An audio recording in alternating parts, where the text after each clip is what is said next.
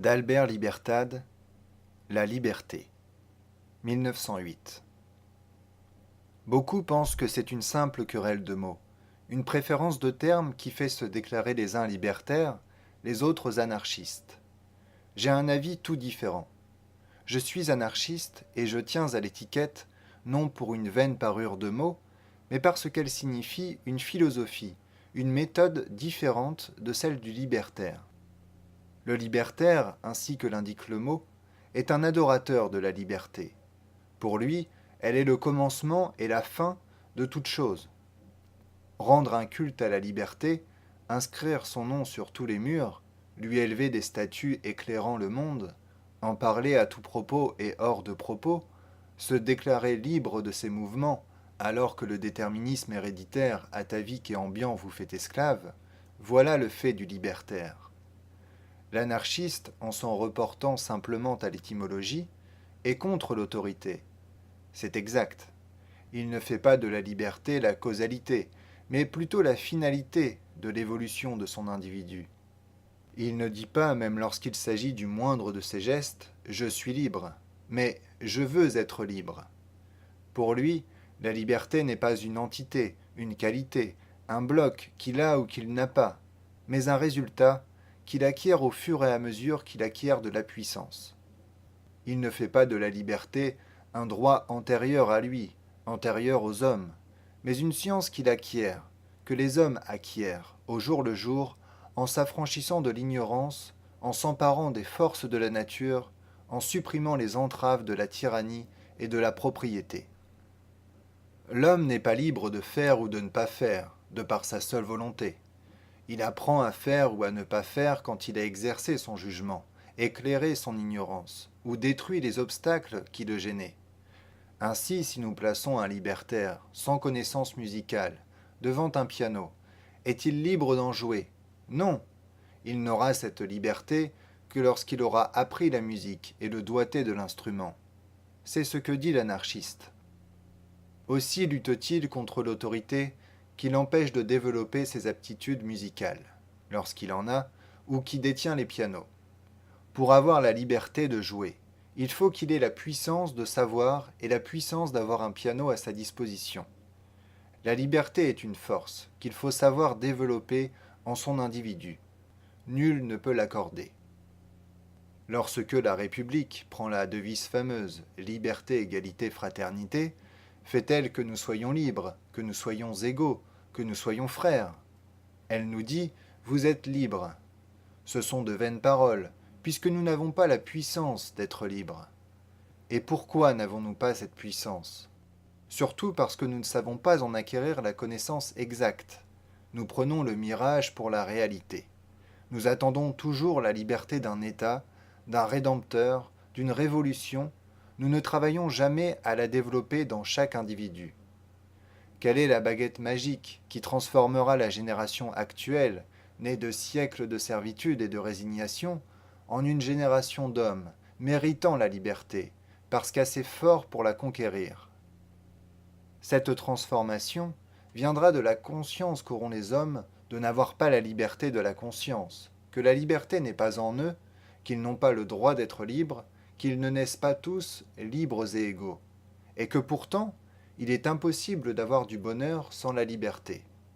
Le jour où ils auront cette conscience, ils seront prêts à tout pour acquérir la liberté.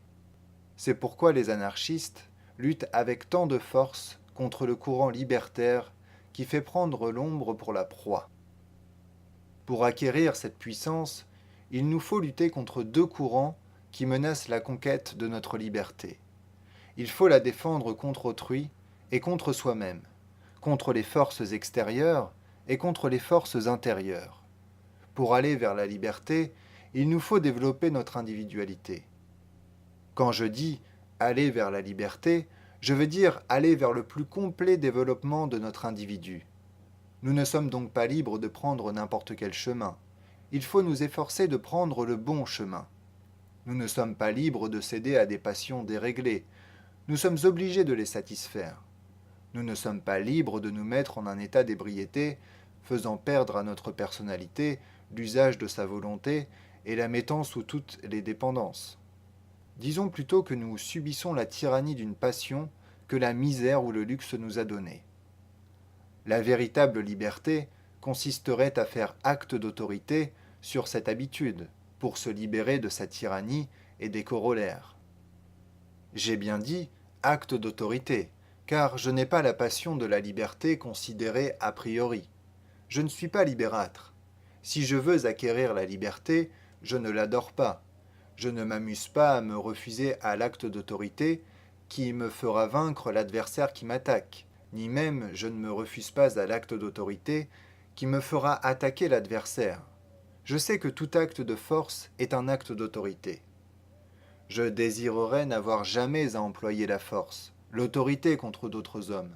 Mais je vis au XXe siècle, et je ne suis pas libre de la direction de mes mouvements pour acquérir la liberté. Ainsi, je considère la révolution comme un acte d'autorité de quelques-uns sur quelques autres, la révolte individuelle comme un acte d'autorité d'un sur d'autres. Et pourtant, je trouve ces moyens logiques. Mais je veux en déterminer exactement l'intention. Je les trouve logiques et je suis prête à y coopérer si ces actes d'autorité temporaire ont pour but de détruire une autorité stable, de donner plus de liberté. Je les trouve illogiques et je les entrave s'ils n'ont pour but que de déplacer une autorité. Par ces actes, l'autorité augmente de puissance. Elle a celle qui ne fait que changer de nom, plus celle que l'on a déployée à l'occasion de ce changement. Les libertaires font un dogme de la liberté. Les anarchistes en font un terme. Les libertaires pensent que l'homme n'est libre et que la société le fait esclave. Les anarchistes se rendent compte que l'homme naît dans la plus complète des dépendances, dans la plus grande des servitudes, et que la civilisation le mène sur le chemin de la liberté. Ce que les anarchistes reprochent à l'association des hommes, à la société, c'est d'obstruer le chemin après y avoir guidé nos premiers pas. La société délivre de la faim, des fièvres malignes, des bêtes féroces, évidemment pas en tous les cas, mais en la généralité. Mais elle le fait la proie de la misère, du surmenage et des gouvernants. Elle le mène de Charybde en Scylla.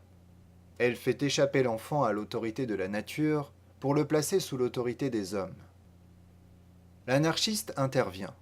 Il ne demande pas la liberté comme un bien qu'on lui a pris, mais comme un bien qu'on lui empêche d'acquérir. Il observe la société présente et il constate qu'elle est un mauvais instrument, un mauvais moyen pour appeler les individus à leur complet développement. L'anarchiste voit la société entourer les hommes d'un treillis de lois, d'un filet de règlements, d'une atmosphère de morale et de préjugés, sans rien faire pour les sortir de la nuit de l'ignorance. Il n'a pas la religion libertaire, libérale pourrait-on dire, mais il veut de plus en plus la liberté pour son individu, comme il veut un air plus pur pour ses poumons. Il se décide alors à travailler par tous les moyens, à briser les fils du treillis, les mailles du filet, et il s'efforce d'ouvrir grandes les baies du libre examen. Le désir de l'anarchiste est de pouvoir exercer ses facultés avec le plus d'intensité possible. Plus il s'instruit, plus il prend d'expérience, plus il renverse d'obstacles, tant intellectuels, moraux que matériels, plus il prend un champ large, plus il permet d'extension à son individualité, plus il devient libre d'évoluer, et plus il s'achemine vers la réalisation de son désir. Mais que je ne me laisse pas entraîner, et que je revienne plus exactement au sujet. Le libertaire qui n'a pas la puissance de réaliser une observation, une critique dont il reconnaît le bien fondé, ou qui même ne veut pas la discuter, répond ⁇ Je suis bien libre d'agir ainsi ⁇ L'anarchiste dit ⁇ Je crois que j'ai raison d'agir ainsi, mais voyons. Et si la critique faite s'adresse à une passion dont il ne se sent pas la force de se libérer, il ajoutera ⁇ Je suis sous l'esclavage de l'atavisme et de l'habitude ⁇ Cette simple constatation ne sera pas bénévole. Elle portera une force en elle-même, peut-être pour l'individu attaqué, mais sûrement pour l'individu qui l'a fait, et pour ceux qui seront présents, moins attaqués par la passion en question. L'anarchiste ne se trompe pas sur le domaine acquis. Il ne dit pas « Je suis bien libre de marier ma fille si ça me plaît. J'ai bien le droit de porter un chapeau haut de forme si ça me convient. » parce qu'il sait que cette liberté, ce droit, sont un tribut payé à la morale du milieu, aux conventions du monde, sont imposés par l'extérieur, à l'encontre de tout vouloir, de tout déterminisme intérieur de l'individu en cause. L'anarchiste agit ainsi non par modestie, par esprit de contradiction, mais parce qu'il part d'une conception toute différente de celle du libertaire. Il ne croit pas à la liberté innée, mais à la liberté à acquérir. Et du fait de savoir qu'il n'a pas toutes les libertés, il a bien plus de volonté pour acquérir la puissance de la liberté. Les mots n'ont pas une valeur en eux-mêmes. Ils ont un sens qu'il faut bien connaître, bien préciser, afin de ne pas se laisser prendre à leur magie. La grande révolution nous a bernés par sa devise liberté, égalité, fraternité. Les libéralistes, les libéraux nous ont chanté sur tous les tons leur laisser-faire, avec le refrain de la liberté du travail. Les libertaires se leurrent par une croyance en une liberté préétablie et font des critiques en son honneur. Les anarchistes ne doivent pas vouloir le mot, mais la chose. Ils sont contre le commandement, contre le gouvernement, contre la puissance économique, religieuse et morale, sachant que plus ils diminueront l'autorité, plus ils augmenteront la liberté. Il est un rapport entre la puissance du milieu et la puissance de l'individu. Plus le premier terme de ce rapport diminue, plus l'autorité est diminuée, plus la liberté est augmentée. Que veut l'anarchiste? Arriver à faire que les deux puissances s'équilibrent, que l'individu ait la liberté réelle de ses mouvements, sans jamais entraver la liberté des mouvements d'autrui. L'anarchiste ne veut pas renverser le rapport pour faire que sa liberté soit faite de l'esclavage des autres, car il sait que l'autorité est mauvaise en soi-même, tant pour celui qui la subit que pour celui qui la donne.